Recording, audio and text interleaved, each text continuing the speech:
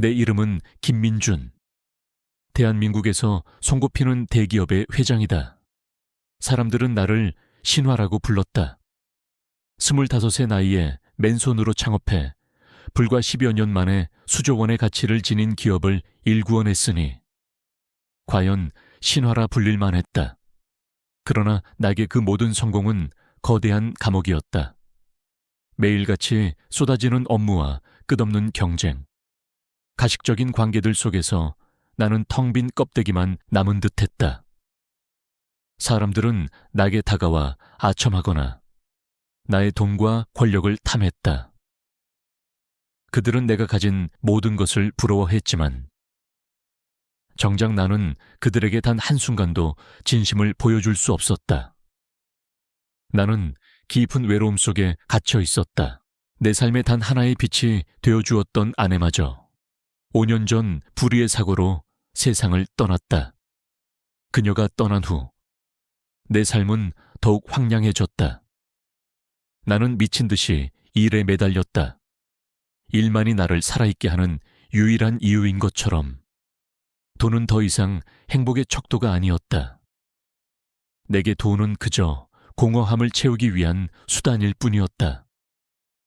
나는 매일 밤 술에 취해 잠들었고 다음 날 아침이면 다시 차가운 가면을 쓴 채 세상 속으로 뛰어들었다. 그날도 그랬다. 늦은 시간, 중요한 계약을 마친 후 나는 피곤해 저른 몸을 이끌고 차에 올랐다. 운전기사는 일찍 퇴근시켰다. 나는 혼자만의 시간이 필요했다. 늦은 밤 도로는 한적했지만 나의 마음은 여전히 혼란스러웠다. 그때였다. 갑자기 뒤에서 날카로운 굉음이 들렸다. 백미러를 통해 보니 커다란 트럭 한 대가 미친 듯이 속도를 내며 내 차를 향해 돌진하고 있었다. 그 순간 나는 직감했다. 아, 누군가 나를 노렸구나. 나는 운전대를 꺾어 필사적으로 피하려 했지만 트럭은 정확히 내 차의 측면을 그대로 들이받았다. 쾅 하는 굉음과 함께 내 몸은 마치 낡은 인형처럼 이리저리 내던져졌다. 차체는 종이장처럼 구겨졌고 유리는 산산조각 났다. 정신이 아득해지는 가운데 나는 희미하게 들려오는 누군가의 목소리를 들었다. 제발, 살려주세요. 그것은 내 목소리가 아니었다. 누군가가 나를 향해, 아니, 나를 향한 것이 아닌 자신에게 외치는 간절한 외침이었다. 나는 내 몸을 덮고 있는 무거운 잔해 속에서 겨우 눈을 떴다. 피가 흐르고 있었다. 앞이 잘 보이지 않았다. 그런데 그때 내 눈에 들어온 것이 있었다. 낡은 작업복을 입은 한 소녀가 빗물에 흠뻑 젖은 채 내 차의 창문을 깨고 있었다. 소녀의 얼굴에는 흙먼지가 잔뜩 묻어 있었지만 그녀의 눈은 횃불처럼 타오르고 있었다. 아저씨, 정신 차리세요. 조금만 버티세요. 소녀는 힘겹게 내 몸을 차 밖으로 끌어내려 했다. 나는 거대한 힘에 눌려 움직일 수 없었다. 그때 어디선가 소녀의 목소리가 들렸다. 엄마가 절 버렸어요. 하지만 전 죽고 싶지 않아요. 제발, 살고 싶어요. 그 말을 듣는 순간 내 심장이 쿵 하고 울렸다. 그녀는 나를 구하려 하는 동시에 자신을 구하고 있었다. 그녀의 눈빛은 마치 내가 잃어버렸던 삶의 의지와 같아졌다. 나는 희미해져가는 의식 속에서 그녀의 얼굴을 똑똑히 기억하려 애썼다. 흙먼지에 더러워졌지만 그 얼굴에는 강인한 생명력이 가득했다. 그녀의 손은 차가웠지만 나를 잡고 있는 그 손에는 따뜻한 온기가 느껴졌다. 나는 그녀의 손을 잡고 싶었다. 살고 싶다는 간절한 외침에 답하고 싶었다. 결국 나는 의식을 잃었다. 그러나 내 귓께는 그녀의 목소리가 맴돌았다. 아저씨, 꼭 사세요. 저도 살 거예요. 나는 그녀가 나를 구해달라고 외친 것이 아니라 자신의 생존을 위한 절규였음을 깨달았다. 그리고 그녀의 절규가 나의 삶을 향한 마지막 희망의 외침이 되었음을 나의 의식은 무거운 안개 속을 헤매는 듯했다. 몸은 청은망은 무거웠고 머리는 깨질 듯이 아파왔다. 나는 내가 죽었거나 아니면 최소한 끔찍한 사고를 당한 후 병실에 있을 것이라 생각했다.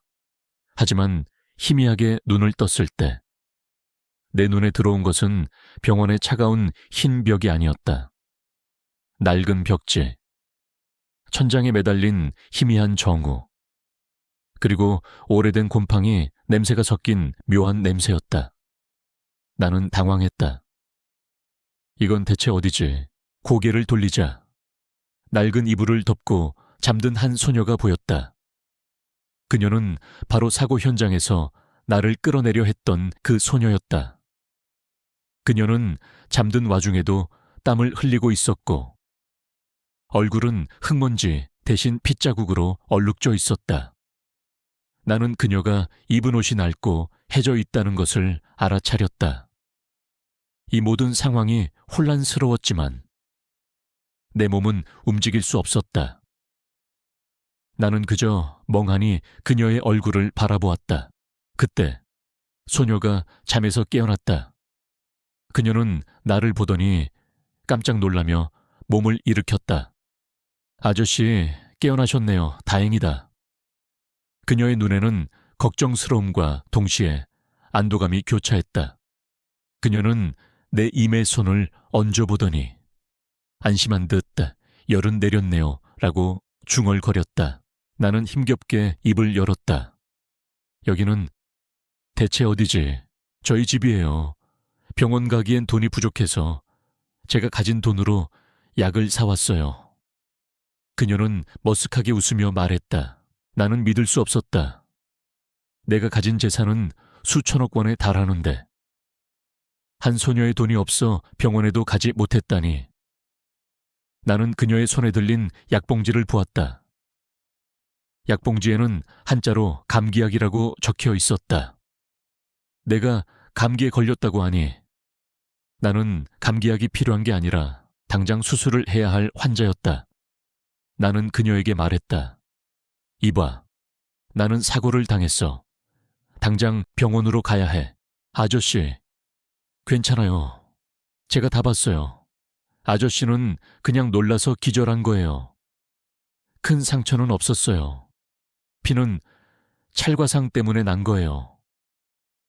소녀는 담담하게 말했다. 나는 내 몸을 확인해 보았다. 놀랍게도. 나의 몸에는 붕대가 감겨 있었지만 심한 상처는 없었다. 그 거대한 사고를 겪고도 나는 기적적으로 살아남은 것이었다. 그럼 그 트럭은 도망갔어요. 아저씨를 치고 그대로 달아났어요. 나는 모든 것을 이해했다. 그들은 나를 죽이려 했지만 실패했다. 그리고 나는 이름 모를 이 소녀 덕분에 살아남았다. 나는 소녀에게 물었다. 이름이 뭐니? 이선우예요. 그냥 선우라고 불러주세요. 나는 선우에게 감사를 표했다. 그리고 그녀가 나를 구하느라 돈을 썼다는 것을 알게 되었다. 나는 지갑을 꺼내려 했지만 지갑은 이미 사라지고 없었다. 나는 말했다. 미안하지만 내 지갑이 없어졌어. 돈을 돌려줄 수가 없겠네. 선우는 웃으며 말했다.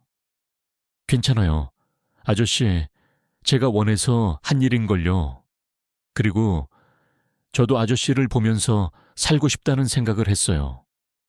그래서 저도 아저씨를 살리려고 애썼나 봐요. 그녀는 그날 밤 빗속에서 내뱉었던 혼잣말에 대해 이야기해 주었다. 그녀는 가족에게 버림받았고 혼자 세상에서 살아남아야 했다. 그녀는 외롭고 지쳐 있었지만 죽고 싶지는 않았다고 했다. 나는 그녀의 이야기를 들으며 내 자신을 보았다. 나는 가진 것이 너무 많아 허무했고 그녀는 가진 것이 너무 없어 절망했다. 하지만 우리는 모두 외로움이라는 병을 앓고 있었다. 나는 돈 때문에 사람들에게 버림받았고, 그녀는 돈이 없어서 가족에게 버림받았다. 우리는 그렇게 닮아 있었다. 나는 내 침대 옆에 있는 오래된 스탠드를 보았다. 그 스탠드 위에는 먼지가 쌓인 낡은 사진 한 장이 있었다. 흑백 사진 속에는 어린 선우와 그녀의 가족이 있었다. 그들의 얼굴에는 희미한 미소가 걸려 있었다. 나는 사진을 물끄러미 바라보았다. 이게 내 가족이니? 선우는 고개를 끄덕였다. 네, 하지만 이젠 없어요. 그녀의 눈에 슬픔이 스쳤다. 나는 그 사진을 보며 생각했다. 나는 모든 것을 가졌지만 잃어버렸고, 그녀는 모든 것을 잃었지만 그것을 잊지 못했다. 나는 내 삶의 무미건조함에 대해 깊이 성찰했다. 돈과 성공은 내게 아무것도 가져다 주지 못했다. 오히려 나를 더욱 고립시켰을 뿐이었다. 선우는 내게 따뜻한 차 한 잔을 건네주었다. 나는 차를 마시며 그녀를 바라보았다. 흙먼지가 묻은 얼굴, 낡은 옷, 그리고 따뜻한 눈빛. 그녀의 존재 자체가 내게는 잃어버렸던 삶의 의미를 되찾아주는 것 같았다. 나는 이 소녀를 통해 내가 잊고 살았던 인간성이라는 감정을 다시 느끼기 시작했다. 그녀는 나의 생명을 구했을 뿐만 아니라 나의 영혼을 구원하고 있었다. 나는 선우의 작은 방에서 며칠을 더 머물렀다. 몸은 서서히 회복되었지만 나는 굳이 빨리 이곳을 떠나고 싶지 않았다. 내 삶의 모든 것들이 멈춰버린 듯했다. 나는 이 작은 공간에서 지난 수십 년간 잊고 살았던 것들을 되짚어 보았다. 선우는 나를 귀찮아하지 않았다. 그녀는 매일 아침 일찍 일어나 아르바이트를 하러 나갔고, 저녁이 되면 나를 위해 조촐한 저녁 식사를 준비했다. 낡은 냄비에 끓인 라면, 김치볶음밥, 때로는 따뜻한 미역국 한 그릇이 전부였지만 내게는 세상 어떤 진수성찬보다 따뜻했다.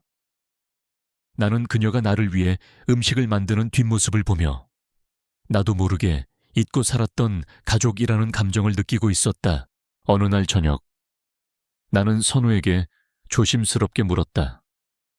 네 가족은 왜 널 버렸니? 선우는 밥을 먹다 말고 멈칫했다.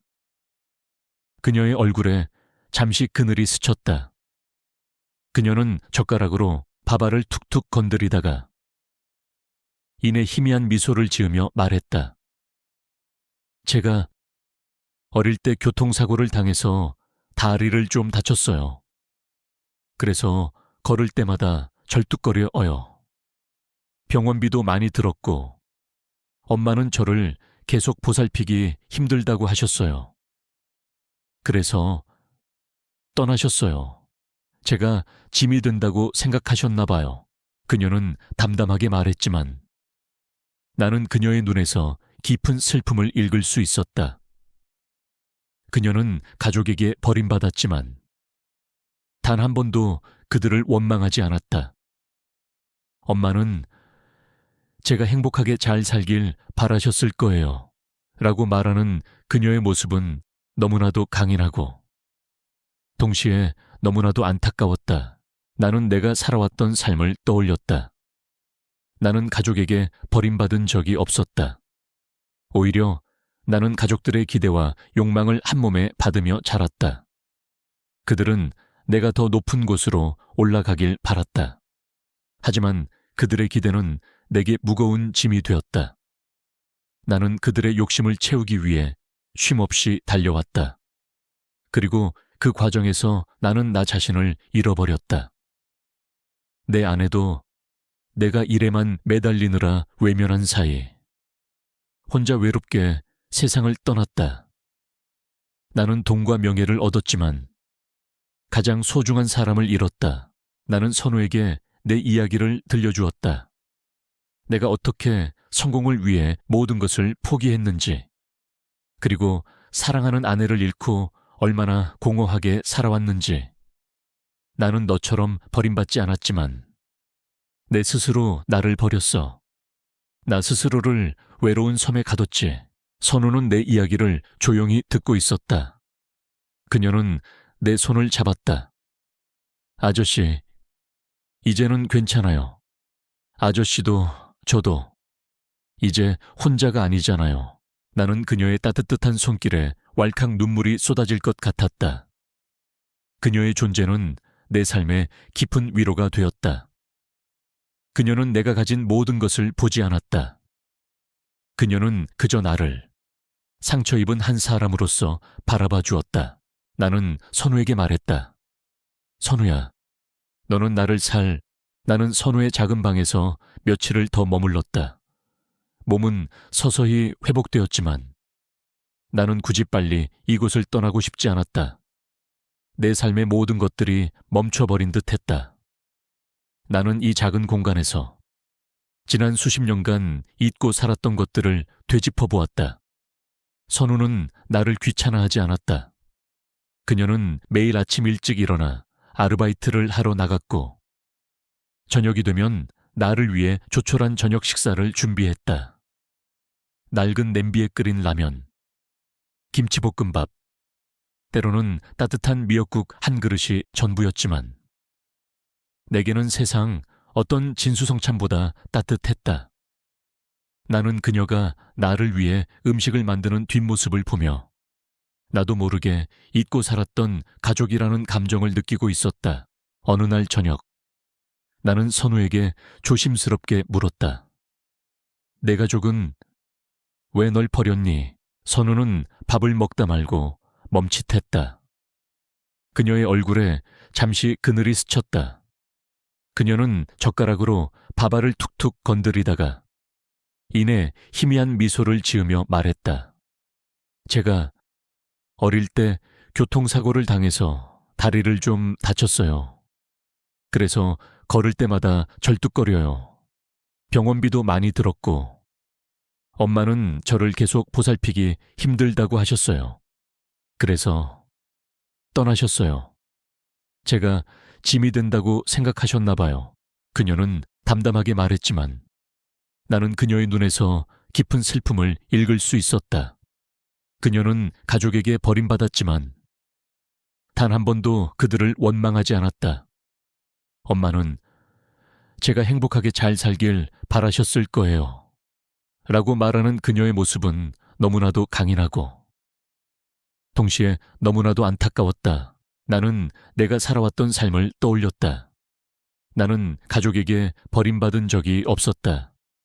오히려 나는 가족들의 기대와 욕망을 한 몸에 받으며 자랐다. 그들은 내가 더 높은 곳으로 올라가길 바랐다. 하지만 그들의 기대는 내게 무거운 짐이 되었다. 나는 그들의 욕심을 채우기 위해 쉼없이 달려왔다. 그리고 그 과정에서 나는 나 자신을 잃어버렸다. 내 아내도 내가 일에만 매달리느라 외면한 사이 혼자 외롭게 세상을 떠났다. 나는 돈과 명예를 얻었지만 가장 소중한 사람을 잃었다. 나는 선우에게 내 이야기를 들려주었다. 내가 어떻게 성공을 위해 모든 것을 포기했는지, 그리고 사랑하는 아내를 잃고 얼마나 공허하게 살아왔는지. 나는 너처럼 버림받지 않았지만 내 스스로 나를 버렸어. 나 스스로를 외로운 섬에 가뒀지.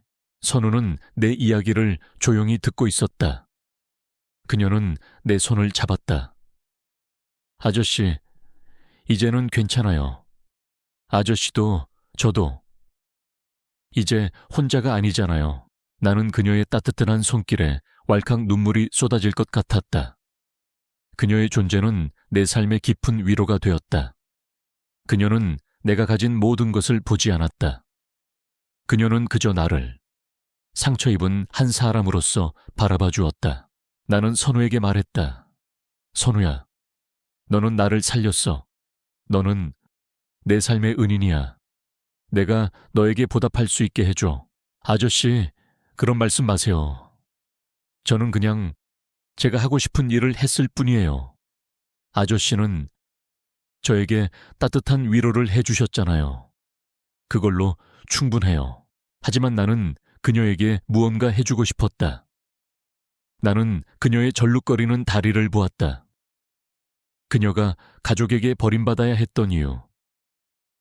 나는 내 모든 것을 걸고라도 그녀의 다리를 고쳐주고 싶었다. 나는 그녀의 손을 잡고 조용히 말했다. 선우야, 나를 믿어줄 수 있겠니? 너를 위해 해주고 싶은 일이 있어. 그날 저녁, 나는 내 회사 비서에게 연락을 했다. 사고가 났다는 소식에 놀랐을 그에게 나는 단호하게 지시했다. 이선우라는 사람을 찾아봐. 그리고 그녀의 의료 기록과 가족 관계를 모두 확인해 그녀의 다리를 완벽하게 고칠 수 있는 최고의 병원과 의사를 찾아. 그리고 그녀에게는 내가 회장이라는 사실을 절대 알리지 마. 나는 선우가 내 신분을 알게 되면 모든 것이 변할까 두려웠다. 그녀의 순수한 마음이 내가 가진 돈과 권력 때문에 오해받는 것을 원치 않았다. 나는 그녀를 그저 순수한 한 사람으로서 바라보고 싶었다. 내 옆에서. 나를 진심으로 위로해주는 따뜻한 사람으로서. 며칠 후 비서로부터 연락이 왔다. 회장님, 이선우 씨의 의료 기록을 확인했습니다. 완벽하게 치료할 수 있는 방법이 있습니다. 하지만 수술 비용이 매우 비쌉니다. 나는 망설이지 않고 말했다. 수술 날짜를 당장 잡고 모든 비용을 내가 부담한다. 그리고 그녀에게는 익명의 기부자가 모든 것을 지원하는 것으로 말해라. 나는 선우에게 그 소식을 전했다. 선우는 믿지 못했다. 누가 저 같은 사람에게 그런 큰 돈을. 아저씨가 하신 거죠? 아니야. 나도 모르는 사람이야. 세상에는 좋은 사람들이 많아. 너처럼 말이야. 그러니 주저하지 말고 치료받아. 그리고 네 삶을 다시 찾아. 선우는 눈물을 흘렸다. 그녀의 눈물은 슬픔이 아닌 감동과 희망의 눈물이었다. 나는 그녀의 눈물을 닦아주었다. 그때 나는 내가 그녀의 다리를 고쳐주고 싶었던 이유가 단순히 그녀에게 보답하기 위함이 아니라는 것을 깨달았다. 나는 그녀의 다리를 고쳐주어 그녀가 다시 세상 속으로 당당하게 걸어갈 수 있도록 돕고 싶었다. 그것이 바로 내가 그녀를 통해 얻은 구원에 대한 나의 답이었다. 나는 그녀를 구원하고 나 또한 구원받았다. 나는 선우에게 익명의 기부자로부터 큰 선물을 받았다고 말해 주었다. 선우는 믿지 못하는 눈치였지만 그녀의 눈은 이미 희망으로 가득 차 있었다. 그녀는 나에게 물었다. 아저씨, 정말 제가 치료를 받을 수 있는 거예요. 나는 그녀의 손을 잡고 고개를 끄덕였다. 그럼 너는 그럴 자격이 있어. 너는 누군가를 살렸잖아. 며칠 후 나는 선우를 데리고 병원으로 향했다.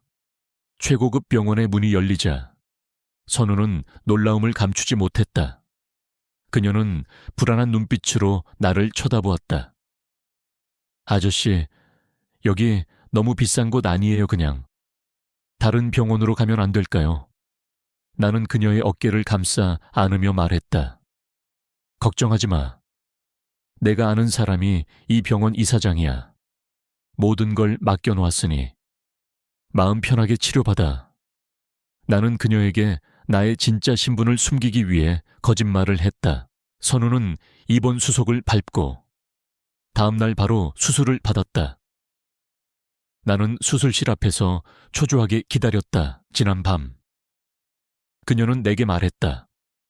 아저씨, 저 두려워요. 혹시 수술이 잘못되면 어떡하죠? 또다시 혼자 남겨질까봐 무서워요. 나는 그녀의 손을 잡고 말했다. 걱정하지 마. 내가 옆에 있을게. 수술이 끝나면.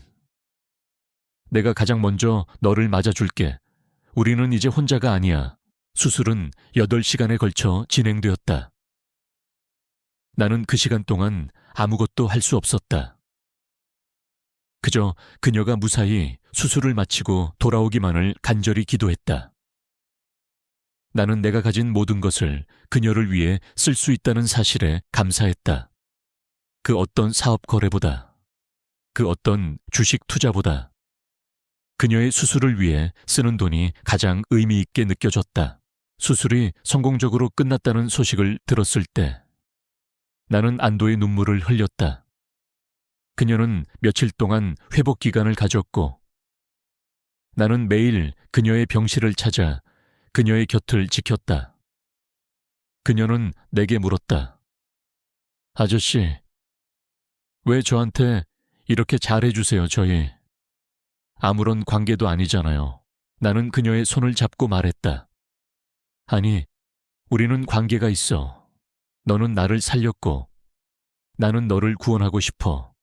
그리고 내가 아내를 잃고 얼마나 외로웠는지, 아니 나는 돈과 명예를 가졌지만 내 마음은 늘 텅 비어 있었어. 그런데 너를 만나고 나서 내 삶이 다시 의미를 찾았어. 선우는 내 말을 듣고 눈물을 흘렸다. 아저씨, 저도 아저씨를 보면서 살고 싶다는 생각을 했어요. 아저씨는 저에게 용기를 주셨어요. 우리는 서로에게 깊은 감정을 느끼고 있었다. 그것은 단순한 동정이나 보답이 아니었다. 그것은 서로의 상처를 이해하고 서로의 영혼을 위로하는 깊은 감정이었다. 나는 선우를 사랑하게 되었다. 그녀의 순수함, 강인함, 그리고 따뜻함에 나는 완전히 매료되었다. 나는 그녀를 내 옆에 두고 싶었다. 평생을 함께하고 싶었다. 그날 저녁, 나는 선우가 좋아하는 꽃다발을 들고 병실을 찾았다. 그녀는 침대에 앉아 창밖을 바라보고 있었다. 나는 그녀의 옆에 무릎을 꿇고 앉았다.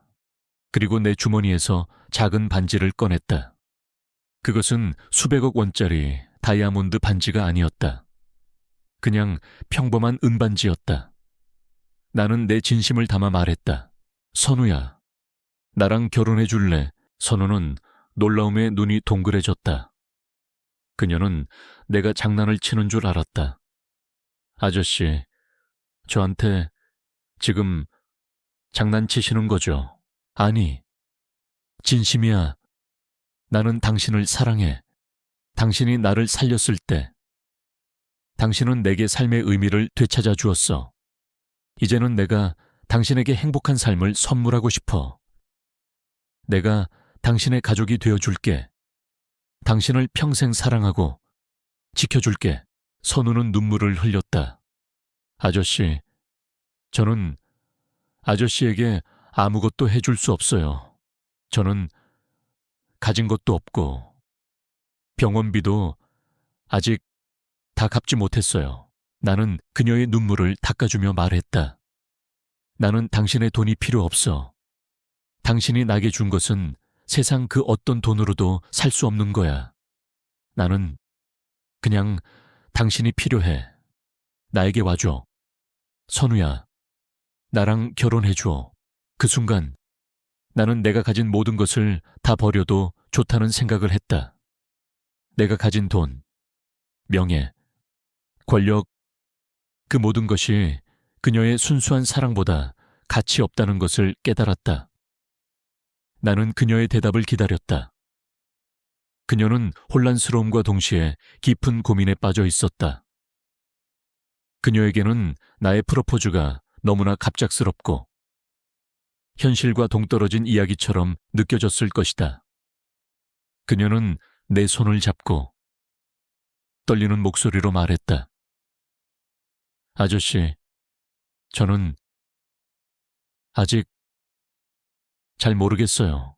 나는 선우의 거절에 실망하지 않았다. 아니, 실망할 수 없었다. 그녀의 마음속에 아직 남아있는 두려움을 읽을 수 있었기 때문이다. 그녀는 내가 가진 모든 것에 대해 경계하고 있었다.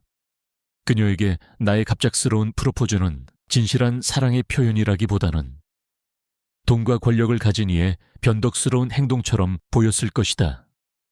나는 그녀에게 말했다. 괜찮아. 내가 기다릴게.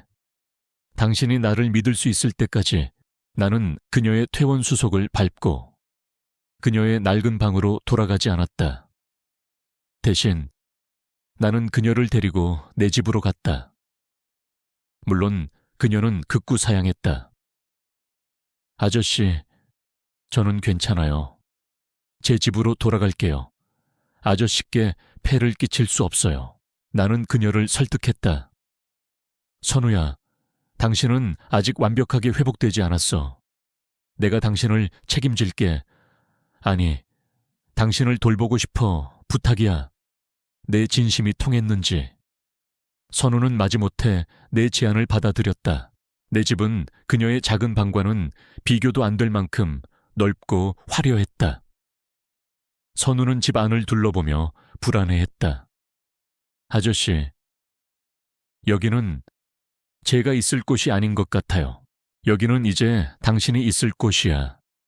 당신이 편안하게 지낼 수 있도록 모든 것을 준비할게.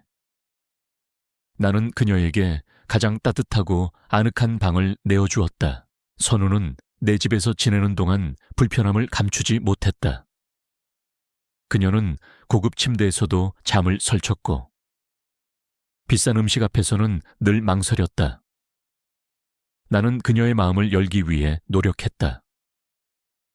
나는 그녀와 함께 요리를 하고 그녀가 좋아했던 산책을 함께 했다. 나는 내 모든 것을 내려놓고 그녀에게 다가갔다. 내 차가운 가면을 벗고 그저 상처 입은 한 사람으로서 그녀와 소통했다.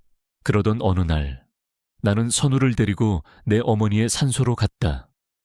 어머니는 내가 가장 힘들었던 시기에 돌아가셨다. 나는 어머니 앞에서 선우의 이야기를 들려주었다. 어머니, 제가 다시 사랑하게 된 사람이에요. 이 아이가 저를 구원해 주었어요. 어머니께서도 좋아하셨을 거예요. 나는 선우에게 내 과거를 모두 털어놓았다. 내가 어떻게 성공을 위해 아내를 잃었는지, 그리고 아내가 떠난 후 얼마나 외롭고 공허했는지. 선우는 내 이야기를 듣고 조용히 눈물을 흘렸다. 아저씨도 저처럼 아픔을 가진 분이셨군요. 저는 아저씨가 가진 모든 것을 부러워하기만 했어요. 나는 그녀의 손을 잡고 말했다. 아니, 나는 당신이 가진 순수한 마음을 부러워했어. 나는 당신의 따뜻한 마음이 필요했어. 돈과 권력은 내게 아무것도 가져다 주지 못했어. 오히려 나를 외롭게 만들었지. 나는 당신을 만나고 나서야 비로소 내가 잃어버렸던 모든 것을 되찾았어. 선우는 내게 물었다. 아저씨, 그런데 아저씨는 왜 저를 만나고 나서야 저에게 프로포즈를 하신 거예요? 그렇게 많은 여자들이 있었을 텐데. 나는 그녀의 눈을 똑바로 바라보며 말했다. 나는 당신이 아니면 안 돼. 나는 당신의 순수한 마음과 따뜻한 영혼에 반했어. 당신은 내가 잃어버렸던 나 자신을 되찾아 주었어.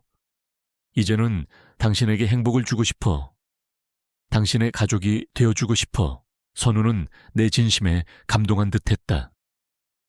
그녀의 눈빛에는 더 이상 불안함과 경계심이 없었다. 그 대신 깊은 이해와 신뢰가 담겨 있었다. 그녀는 내 손을 잡고 천천히 고개를 끄덕였다. 아저씨, 알겠어요. 아저씨를 믿어볼게요. 그날 저녁, 우리는 함께 저녁 식사를 준비했다. 선우는 김치찌개를 끓였고 나는 밥을 지었다. 냄새는 소박했지만 그 어떤 고급 레스토랑의 음식보다 향기로웠다. 우리는 마주 앉아 밥을 먹었다. 나는 그녀의 얼굴을 보며 미소 지었다. 그녀의 존재는 내 삶의 모든 것을 따뜻하게 만들었다. 그녀는 내가 가진 모든 것을 보지 않고 그저 나를 한 사람으로서 바라보아 주었다. 그녀의 사랑은 내 삶의 가장 큰 구원이었다. 나는 그녀의 존재에 감사하며 그녀와 함께하는 미래를 꿈꾸기 시작했다. 우리는 결혼을 준비하기 시작했다. 나는 선우를 데리고 웨딩드레스 숍을 찾았다.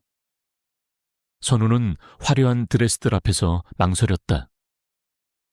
아저씨, 저는 이런 거 저한테는 너무 과분한 것 같아요. 나는 선우에게 가장 심플하면서도 우아한 드레스를 골라주었다. 하얀 드레스를 입은 그녀의 모습은 그 어떤 여배우보다 아름다웠다. 그녀는 거울 앞에서 수줍게 웃었다. 그 웃음은 나의 심장을 뛰게 했다. 나는 그녀의 손을 잡고 말했다. 당신은 세상 그 어떤 드레스보다 아름다워. 그리고 당신은 이 모든 것을 누릴 자격이 있어. 우리의 결혼 소식은 곧 세상에 알려졌다. 나는 언론에 공식적으로 선우와의 결혼을 발표했다. 저는 제 인생의 은인을 만났습니다. 그녀는 저를 죽음의 문턱에서 구해준 사람입니다.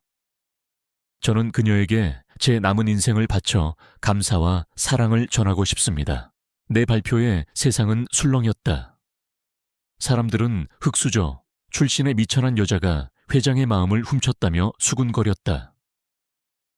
회사 내부에서는 더욱 거센 반발이 일어났다. 특히 나의 친척들과 일부 이사진들은 노골적으로 반대했다. 그들은 내가 가진 모든 것을 자신들의 것으로 만들고 싶어 하는 자들이었다. 회장님, 대체 그 여자가 누굽니까? 회장님의 명성에 먹칠을 하는 행위입니다. 그들은 선우를 깎아내리며 그녀가 내 돈을 노리고 접근한 것이라고 비난했다. 그들 중 가장 앞장선 이는 나의 사촌형, 김도훈이었다. 그는 오랫동안 나의 자리를 탐내고 있었고 내가 사고를 당했을 때 가장 먼저 달려와 회장직을 노렸던 자였다. 나는 그가 이번 사고의 배후에 있을 것이라 확신했다. 그는 내 앞에 와서 말했다. 민준아, 정신 차려. 네가 그 여자에게 홀린 모양인데 그 여자가 너를 구한 것이 맞는지 증명할 수 있어. 그저 돈을 노리고 접근한 꽃뱀일 수도 있지 않겠나. 나는 그의 말을 듣고 분노했다. 도훈이 형, 내게는 형과 당신들이 가진 그 어떤 것보다 선우의 진심이 중요해. 당신들은 내가 살아있는지 죽었는지에만 관심이 있었지. 나는 나를 살리려 했던 단 한 사람에게 내 모든 것을 바칠 거야. 도훈은 비열한 미소를 지었다.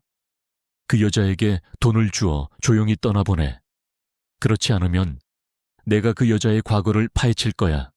그리고 모든 것을 세상에 폭로할 거야. 그 여자에게는 더러운 과거가 있을지도 모르지. 나는 도훈의 말에 흔들리지 않았다. 나는 이미 선우의 모든 것을 알고 있었다. 그녀의 순수한 영혼은 그 어떤 더러운 것도 감출 수 없을 만큼 깨끗했다. 하지만 선우는 도훈의 위협에 두려움을 느꼈다.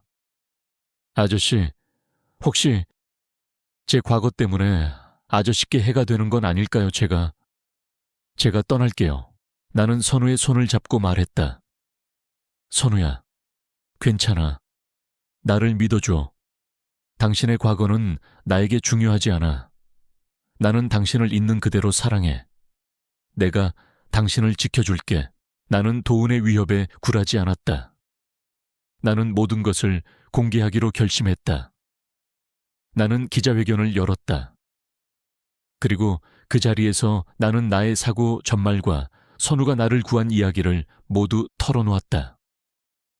나는 선우가 나의 병원비를 대신 내주기 위해 자신이 가진 모든 돈을 썼다는 사실까지도 말했다. 그녀는 제가 누구인지도 모른 채 오로지 한 생명을 구하겠다는 순수한 마음으로 저를 도와주었습니다. 저는 그런 그녀의 영혼에 반했습니다. 그리고 그녀를 제 아내로 맞이하고 싶습니다. 나의 진심 어린 고백에 기자들은 침묵했다. 그리고 이내 그들의 눈빛은 연민과 감동으로 바뀌었다. 그들은 더 이상 우리를 비난하지 않았다. 오히려 우리를 응원하기 시작했다. 도운과 이사진들은 당황했고 그들의 비열한 계획은 수포로 돌아갔다. 그들의 비난은 더 이상 우리에게 영향을 미치지 못했다. 나는 선우의 손을 잡고 기자회견장을 나왔다. 세상의 모든 시선이 우리에게 쏟아졌지만 나는 두렵지 않았다. 나는 내 옆에 있는 그녀의 존재만으로도 충분했다. 기자회견이 끝난 후 세상은 우리를 향한 시선을 바꾸기 시작했다. 사람들은 돈과 권력 뒤에 숨겨진 나의 외로운 삶, 그리고 나를 구원한 선우의 순수한 마음에 감동했다. 우리에게 쏟아지던 비난의 화살은 점차 사라지고 대신 응원의 목소리가 들려오기 시작했다. 하지만 모든 문제가 해결된 것은 아니었다.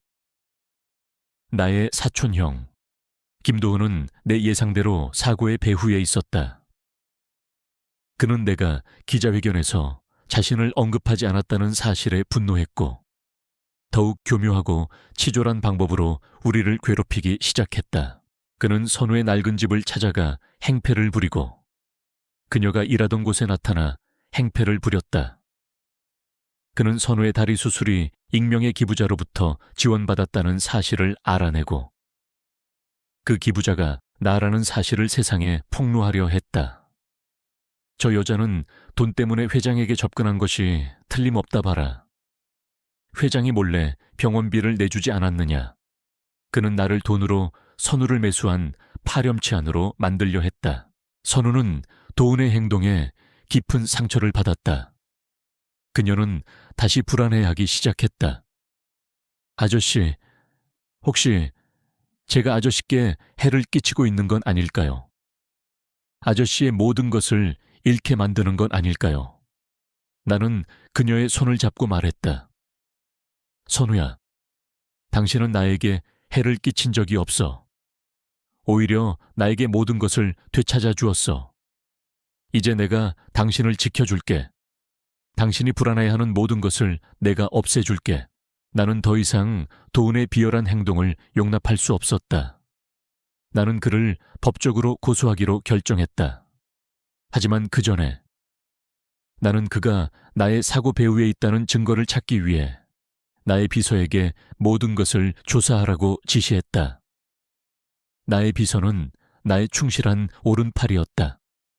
그는 사고 현장에 CCTV를 분석하고 트럭 운전사를 찾아냈으며 그들이 도운에게 돈을 받았다는 증거를 찾아냈다. 증거가 확보된 후 나는 도운을 만났다. 그는 여전히 오만하고 비열한 태도를 보였다. 민준아, 네가 나를 고소할 수는 없을 거야. 증거는 없으니까. 나는 그의 앞에서 녹음 파일을 재생했다. 녹음 파일 속에는 도운이 트럭 운전색에 나를 살해하라고 지시하는 내용이 담겨 있었다. 도운의 얼굴은 순식간에 하얗게 질렸다. 이게 무슨 소리야? 나는 그를 똑바로 쳐다보며 말했다. 형은 나를 죽이려 했어. 나의 모든 것을 빼앗으려고 했지. 나는 형이 아니라 나를 구원해준 단 한 사람을 택할 거야. 도운은 무릎을 꿇고 내게 빌었다. 민준아, 제발 용서해줘. 내가 잘못했어. 내가 가진 모든 것을 다 포기할게. 회장 자리는 욕심내지 않을게. 제발 경찰에 신고하지 마. 나는 그의 비굴한 모습에 연민조차 느끼지 못했다. 나는 그를 용서할 수 없었다. 나는 그를 경찰에 넘겼다. 나의 친척들은 나를 비난했다. 민준아, 어떻게 가족을? 나는 그들에게 말했다. 진정한 가족은 서로를 사랑하고 지켜주는 존재입니다. 저에게는 선우가 가족입니다. 도우는 모든 것을 잃었다. 그는 감옥에 갔고 나의 친척들은 나의 곁을 떠났다. 나는 홀로 남겨진 듯 보였지만 나는 더 이상 외롭지 않았다. 내 곁에는 내가 지켜야 할 단 한 사람, 선우가 있었다.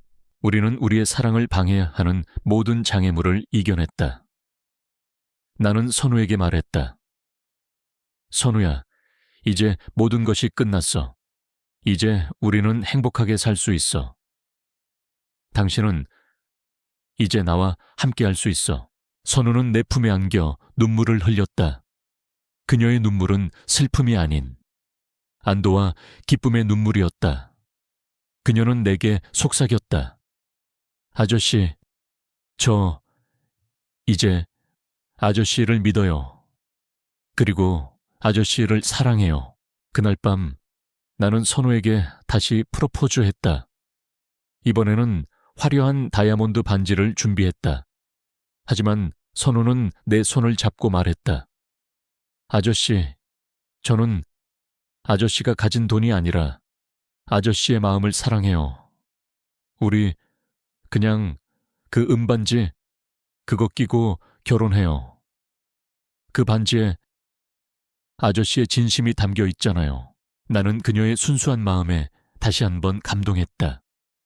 나는 그녀의 손에 은반지를 끼워주었다. 그것은 세상 어떤 보석보다 빛나 보였다. 우리의 사랑은 돈과 명예를 뛰어넘는 진실한 것이었다. 우리의 결혼식은 소박하고 따뜻했다. 화려한 예식장 대신 선우가 나를 처음 데려갔던 작은 교회에서 식을 올렸다. 하객은 많지 않았다. 나를 진심으로 축하해주는 사람들. 그리고 선우의 유일한 가족이었던 보육원 원장 선생님과 친구들이 전부였다. 그들의 얼굴에는 꾸밈없는 진심과 행복이 가득했다. 나는 선우의 손을 잡고 걸으며 비로소 내가 가장 원하는 것을 찾았다는 것을 깨달았다. 그것은 세상의 모든 부와 명예가 아닌 단 한 사람의 진심이었다. 결혼식이 끝난 후 우리는 신혼여행 대신 선우가 나를 돌봐주었던 낡은 집을 다시 찾았다. 그곳에는 여전히 오래된 냄새와 함께 우리의 추억이 가득했다. 나는 선우에게 말했다. 이 집, 우리가 처음 만난 곳이잖아.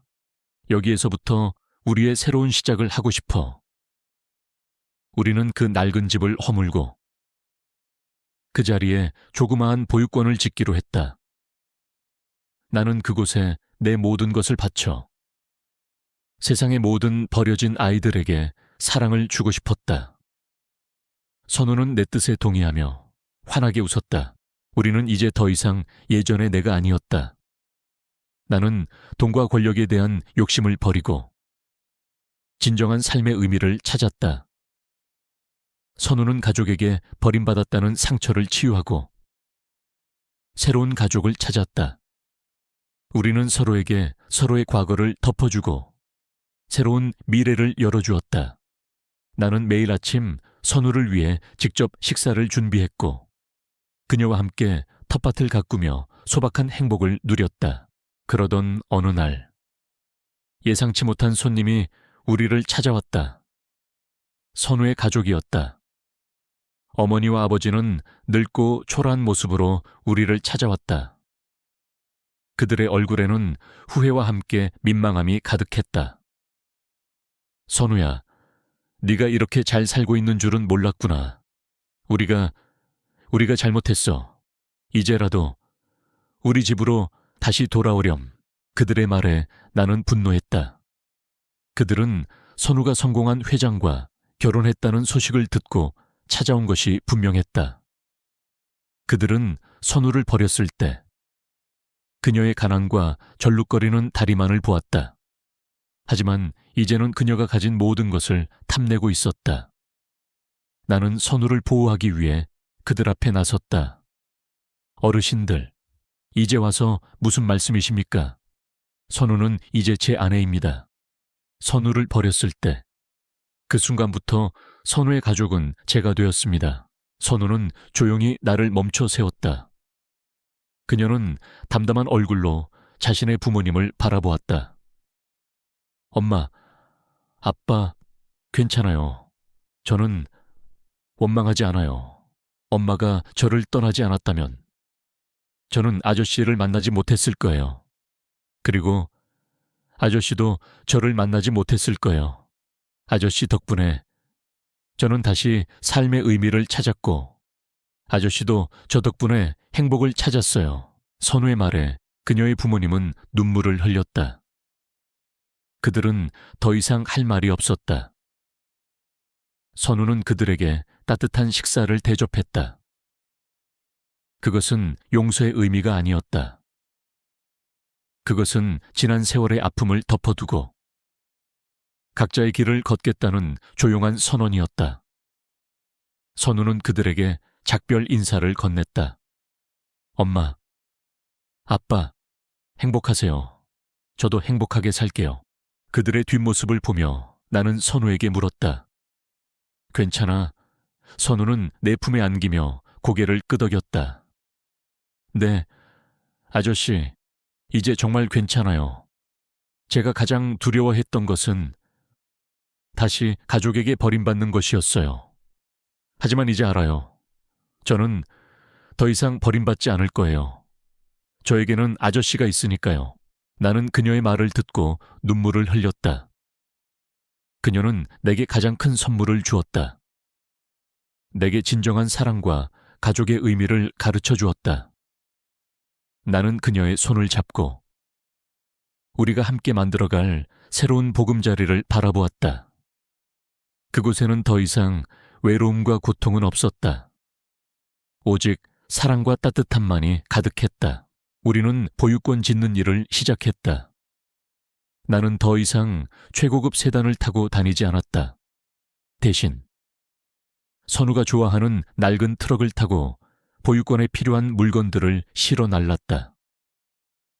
사람들은 대한민국을 주름잡던 젊은 CEO가 왜 낡은 트럭을 몰고 다니는지 궁금해했지만 내게는 그것이 가장 큰 행복이었다.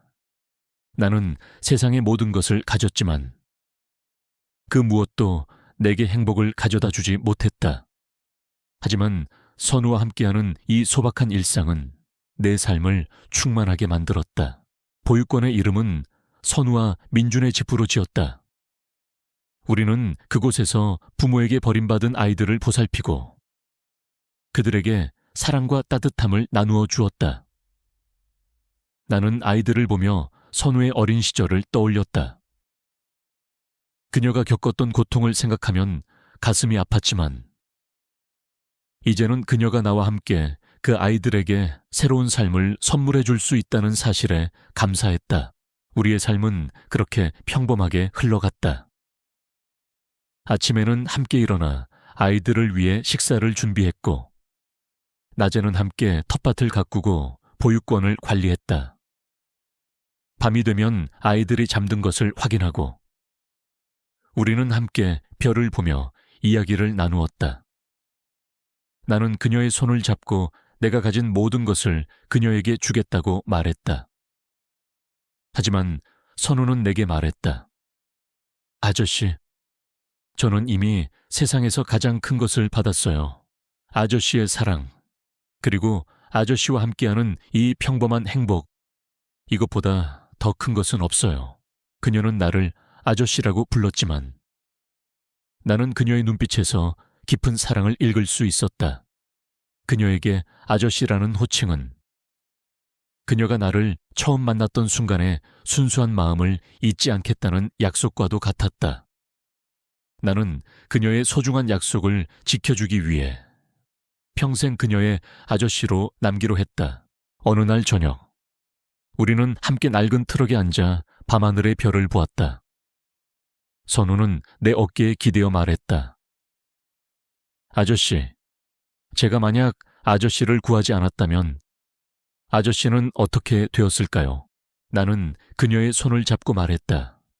선우야, 당신이 나를 구하지 않았다면 나는 아마 죽었을 거야. 아니, 죽지 않았더라도 나는 평생 외로움 속에서 살았을 거야. 당신은 내 생명을 구했을 뿐만 아니라 내 영혼을 구원해 주었어. 당신은 내가 만난 가장 큰 행운이었어. 선우는 내 품에 안겨 눈물을 흘렸다. 저도 아저씨를 만난 게 가장 큰 행운이었어요.